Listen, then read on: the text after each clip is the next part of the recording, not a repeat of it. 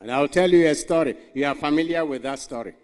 Very, very familiar with it, because I've told it before, and you have read it in very forms. A group of friends went for a conference.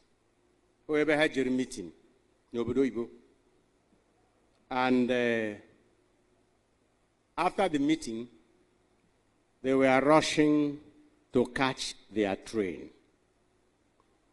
Train, obugodoma train na age kwegiteje wugite nekabai.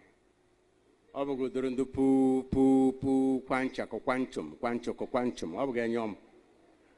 Now some of these trains na the length hena hageshte aberu onugwoye mi hoja ga have from no gamar. And sometimes they leave only twice in a day. So these people were rushing to catch their train. And in their race with their ties and their briefcases, they just came to the train station when the door was about to be closed, and they jumped into the train. But in the process, there was a little child who had what he was selling near the train station. As they were rushing, one of them knocked down the tray of this child, and he love in that tray scattered everywhere, and some of them were mashed upon as they were rushing for their train. Before they entered the train, one of them stopped and watched the door close. And he shouted to them, "Tell my wife I will take the next available train." And he turned back to that child. Doesn't matter what happened to the tray, and he hove Nime to know what happened to the content. And he saw all the apples she was selling, a little girl, all of that scattered on the ground, and some of them destroyed. He bent down and picked them up and packed them well in the tray. And then for the ones that were destroyed, he opened his wallet and brought out some money and told the child, "Please, this one is for the ones we have destroyed. I hope we have not spoiled your day." That was the only time he noticed that this child was blind.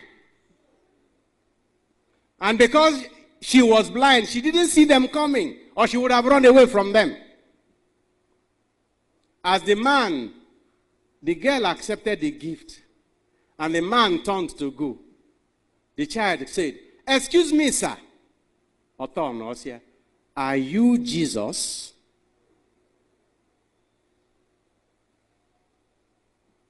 Because the child had heard the type of things Jesus could do.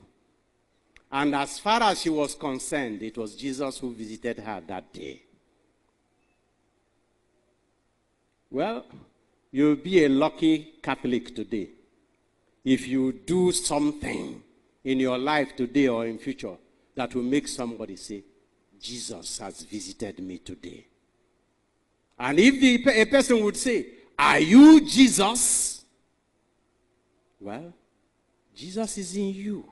He resides in you. And if you receive communion today, he will live in you and you in him. You will be his hand, his legs, his mouth, his eyes. Whatever you tell your neighbor, that neighbor should experience it as Jesus intervening in his or her life. Love is the answer. Make love go viral. Whatever you do today, let somebody wonder, are you Jesus?